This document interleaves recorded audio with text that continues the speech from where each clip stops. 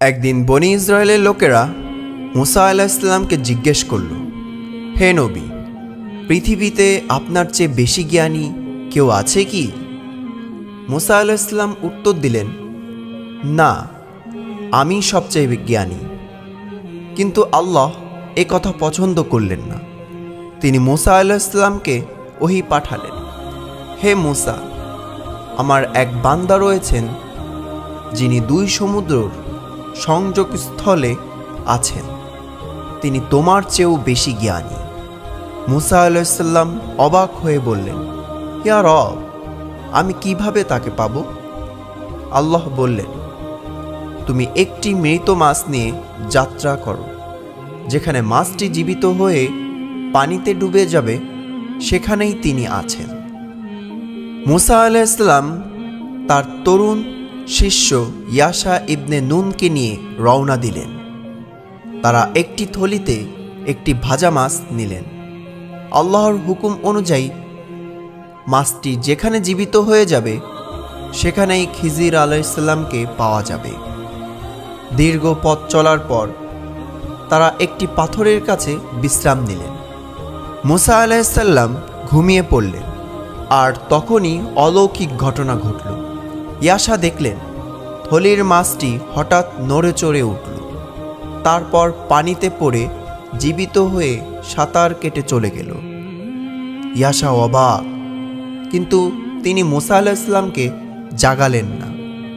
পরের দিন মুসা আলাইহিস সালাম জেগে বললেন, চলো আমরা আবার যাত্রা শুরু করি। ইয়াশা তখন মাছের কথা ভুলেই গিয়েছিলেন। তারা অনেক দূরে চলে গেলেন।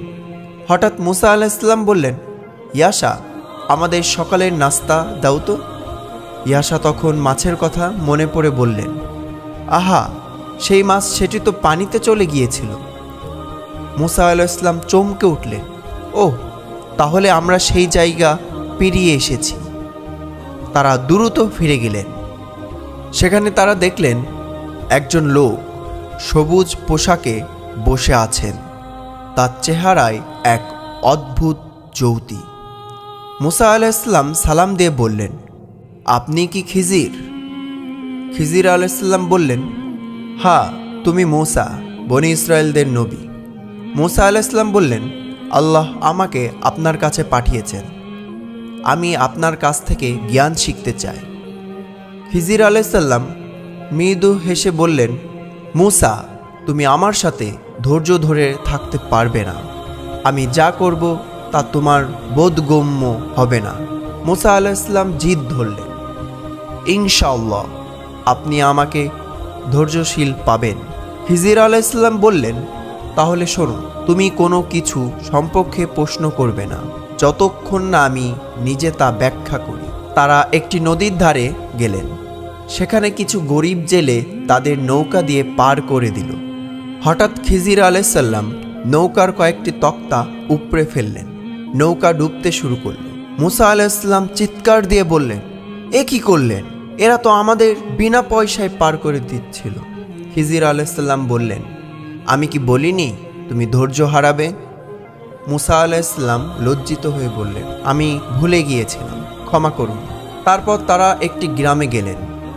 সেখানে কিছু শিশু খেলছিল। হঠাৎ খিজির আলাইহিস সালাম একটি সুন্দর শিশুকে ধরে তার গলা চেপে হত্যা করলেন। মুসা আলাইহিস সালাম রাগে কাঁপতে কাঁপতে বললেন, নিষ্পাপ শিশুকে হত্যা করলেন? এটা তো স্পষ্ট জুলুম। খিজির আলাইহিস সালাম বললেন, আমি কি আগেই বলিনি? মুসা আলাইহিস সালাম আবারও ক্ষমা চাইলেন। তারপর তারা একটি গরিব গ্রামে গেলেন। সেখানে একটি ভাঙা দেওয়াল ছিল। খিজির আলাইহিস সালাম সেটি মেরামত করে দিলেন। মুসা আলাইহিস সালাম এবার বললেন, আপনি যদি চাইতেন এদের কাছ থেকে মজুরি নিতে পারতেন। খিজির আলাইহিস সালাম এবার বললেন, এটাই আমাদের শেষ সাক্ষাৎ, এখন আমি সব ব্যাখ্যা করব। খিজির আলাইহিস সালাম নৌকা ফুটো করার কারণ বললেন। ওই নৌকার মালিকেরা গরিব ছিল। সামনে এক জালিম রাজা আসছিল, যে সব ভালো নৌকা কেড়ে নিত। আমি নৌকাটি খারাপ করে দিয়েছি যাতে তারা এটাকে রক্ষা করতে পারে। খিজির আলাইহিস সালাম শিশু হত্যার কারণটিও বলল। এই শিশু বড় হলে তার পিতামাতাকে জোর করে কাফির বানাতো। আল্লাহ তাদের পরবর্তী আরেকটি ভালো সন্তান দিবেন, যে তাদের স্নেহ ও ঈমান দিবে। তিনি দেয়াল মেরামতের কারণও বললেন। এই দেওয়ালের নিচে দুটি এতিমের সোনার ভাণ্ডার ছিল। তাদের পিতা ছিলেন একজন সৎ লোক। আল্লাহ চেয়েছেন তারা বড় হয়ে নিজেরাই সোনাটি উদ্ধার করবে। বন্ধুরা, এই গল্প থেকে আমরা কি শিখলাম? আল্লাহর হিকমত আমাদের চিন্তার চেয়েও বিশাল। আজ যা খারাপ লাগছে, কাল সেটাই হয়তো আপনার জীবনের সবচেয়ে বড় বরকত হয়ে যাবে। ধৈর্য হারালে জ্ঞান মিস হয়। মুসা আলাইহিস সালাম যদি আরেকটু অপেক্ষা করতেন, তাহলে প্রতিটি ঘটনার রহস্য নিজেই দেখতে পেতেন। আপনি যদি মুসা আলাইহিস সালামের জায়গায় হতেন, কিভাবে রিয়্যাক্ট করতেন?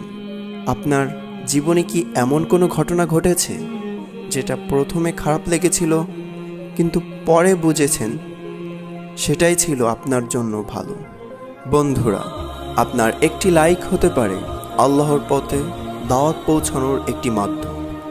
আপনার একটি কমেন্ট কাউকে সত্যের পথে আসার অনুপ্রেরণা দিতে পারে।